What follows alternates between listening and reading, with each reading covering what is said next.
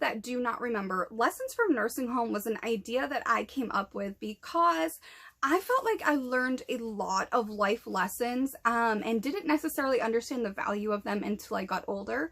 And where I learned a lot of these lessons was from actually working in a nursing home. I had a lot of different jobs because I had been working since I was 13 years old. My mother had me get a job at 13. And so I've pretty much been working ever since, basically. And so when I was about 15, 16, I believe I was around 15, 16 years old, I actually worked in a nursing home. And I worked in the kitchens, and then I also worked sitting in the activity rooms and stuff like that with them. And so I came up with the idea of sharing some of those life lessons with you, my fans, and my listeners on this podcast. So today's Lessons from a Nursing Home is called The Grass Grows Back. I actually forgot about this lesson until a couple weeks ago when something kind of just jogged my memory. I think I read a poem because I'm a huge avid reader, and it talked about leaves in the grass, and somehow that jogged my memory of hearing this woman talk to me one day at the nursing home about how the grass grows back. And I really wanted to share this with you guys because even if you do not have children, I think this lesson is still very applicable today. She told me in not so many words that she used to wish for the day when things would grow back, when things would be perfect. And then she said, and then one day they were. And she said that was the worst day of her life. She said, I used to always want everything to be perfect, to look perfect, and, you know, to have the perfect plants and the perfect manicured yard with the impeccably dressed family who went to church, and, you know, the perfect no dust on the mantle and all these other things. And she used to always say that she always wished her yard was clean and looked nice and, like I said, manicured. And she said one of her biggest pet peeves was the grass in the yard. And she said the worst day of her life was when the grass grew back. She said that she would give anything to go back to the days where the grass under her swing set was basically non-existent, from the little child feet trampling through there as they ran, they, you know, slid down that slide and swung on that swing and jumped off and did butterflies and everything else and trampled the grass until it was basically just dirt with a trodden path. She said she would give anything to go back to those days, and she had no idea that the day the grass would grow back would be the worst day of her life.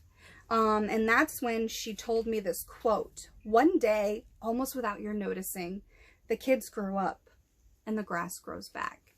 And so that was just like, and why I thought that was such an ideal worth sharing, even if you do not have children, is because of the simple fact of wishing. Wishing, wanting, hoping, thinking, praying, whatever you want to call it, okay? A lot of us, a lot of times, delay happiness for the perfect set of examples, the perfect set of circumstances that we think will achieve what we want, whether that's our own happiness or a certain goal, whatever it may be, okay? And that was what I got out of this lady's talking to me. Was the day the grass grew back was the worst day of my life, because she spent so much time, you know, hating that trodden path where, you know, the trampoline used to be, and the punctures in the ground from the feet of the trampoline, and the mess of, you know, mud and dirt and footprints and no grass under the base of the slide and by the swings and all the toys strewn about the yard. You know, she always wanted it to be perfect, wished for it to be perfect, wished for the grass to grow back, wished for all of these things. And then when she had them, she realized that was the worst thing that she could have ever wished for. Now, as any parent knows and should understand, it may feel sad as your child gets a day older or a year older or 10 years older, but that's also a gift that a lot of other people don't get to experience and enjoy. And if you raise empathetic, hardworking, healthy, successful children that turn into productive members of society as adults that are healthy mentally, physically, spiritually, emotionally, then you did your job as a parent. But like she said, the grass grows back. So what does this mean to you and for you if you don't have children? Is stop wishing for the perfect set of circumstances. Appreciate what you have today right now, because you never know if while you're busy looking this way, wishing for things to be one way, you might end up losing what you already have today. Do not delay your goals and your happiness for the perfect set of circumstances, okay? I talked about this on Taylor Wilde's Wild On podcast, I think a month or two ago. I talked about how kids don't need to see perfection. They just need to see you trying and doing and failing and succeeding. Failure is a necessary step of success, okay? You can't be afraid. If you're afraid to fail, then you're never going to succeed. You're never going to win if you're always afraid of losing. And for me, The Grass Grows Back is a perfect example of that. You will find a lot of regret in nursing homes, so why not learn from those mistakes, those examples? Don't be wishing for that grass to be perfect. Be happy that that grass is trodden and sunken in and beat up, because eventually it will get healthy and it will grow back.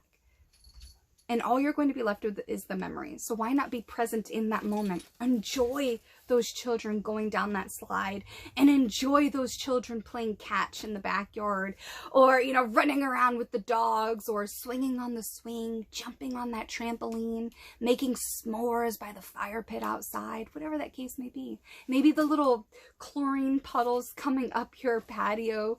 You know, all of those things, one day they'll be gone. So appreciate them while you have them, okay? When I talked on Taylor Wilde's podcast, I told her, you know, I could have probably become an author a lot sooner. You know, some of my books, I started writing them in the 6th grade, or when I was in TNA, when I was taking trips to WWE, when I was at Ring of Honor, I was always writing. But I always delayed, thinking, oh, I'm not good enough. I don't have a strong enough voice for this. Or, you know, because you can't remember your grammar lessons, like it's going to be a flop. It's going to be terrible. It's not going to be what you want, this, that, and the other. Everybody's going to make fun of you, whatever. And then one day I just said, stop it. Why not me?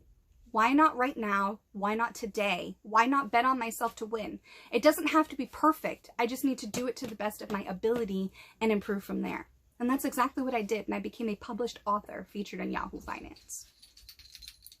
Appreciate what you have, because one day, without you noticing, the grass grows